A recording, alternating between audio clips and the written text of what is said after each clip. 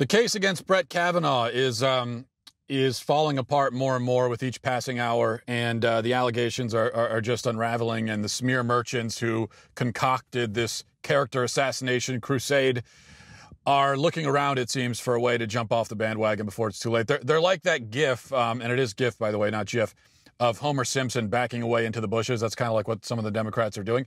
I think when you look at everything that's happened, when you look at everything that's happened with this Brett Kavanaugh thing, you see all of the problems with the Me Too movement kind of encapsulated in this one thing. Now, all of those problems, and they're very significant problems with the Me Too movement, they didn't just rear their ugly head for the first time this week. They've been there all along. But if somehow you never noticed them before, I think now anyone with two brain cells can see.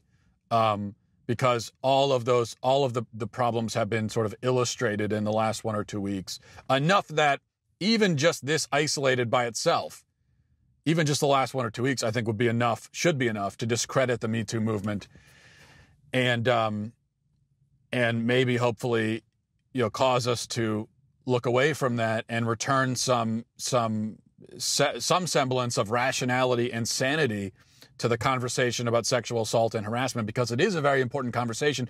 And that's precisely my problem with the Me Too movement, is that the Me Too movement has ended the conversation about, it didn't start the conversation, it hasn't enhanced the conversation or facilitated it. It has ended the conversation because we're not allowed to have a conversation anymore about it with the Me Too movement. Now there's a narrative, and all you're allowed to do is stick to the narrative. You're not allowed to actually, ask any questions or make any points or anything like that.